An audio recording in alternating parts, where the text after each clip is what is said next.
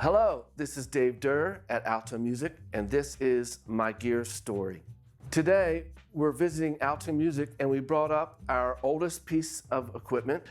If you don't recognize the four knobs in a row, this is a Distressor. It is the prototype Distressor, the first one that was never sold, but it was the first one we used and tweaked to create the final version. So you can see it's got the famous four knobs on it. You'll see that some of the knobs are different colored from years of sitting around. I think this one you can probably see is a little darker. But the knob story I'll return to. But this was the first one that we built. Actually, I built it and used press-ons. If you know Letraset press-ons, they're little letters that you can stick on anything by rubbing. The whole front is that way. You can see the actual Distressor is a whole different logo look. I don't know what that font is, but it was, people say, bring it back. But anyway, it's the very first one we made, and eventually we might show you the inside of this, but it's a whole mishmash of part PC board, part prototype boards. But it worked, and it guided us for our seminal product, the Distressor, which we've now sold, I think, almost 40,000 of. This one had just a few functions as opposed to the new one where we have distort side chain ability. This just had a basic ratio, and I did have the Distort 1 and Distort 2, which are now Distort 2 and Distort 3.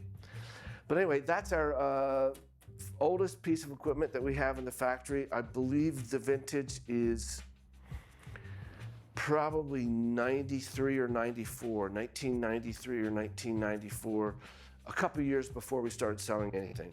So early on, as we're trying to figure out what kind of product this would be, I was always in love with large knobs because they're easy on your hands. You had high resolution as far as the degree per click. And we also wanted something very distinctive. So I started the knob mission, and this was probably 93, 94. And some of my friends used to laugh because they would come and record at my studio, and some of them would see a different knob on different pieces of gear every time they came in.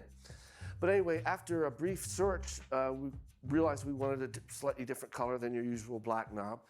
So I found a whitish knob, hopefully you can see this, that very similar to this one, but was not all white. It had a clear skirt.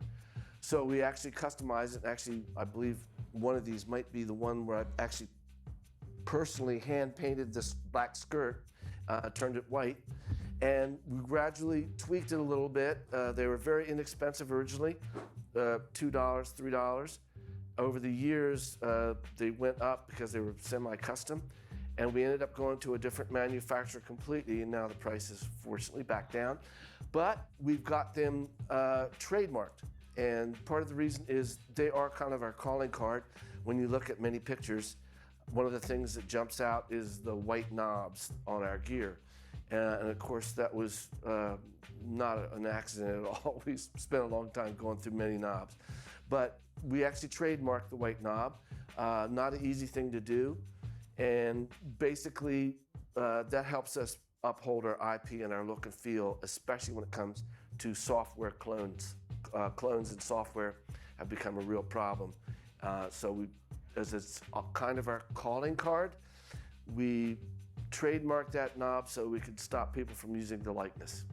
Hasn't completely worked, but that's the knob story. This is Dave Derr, that's my gear story, and I'm sticking to it.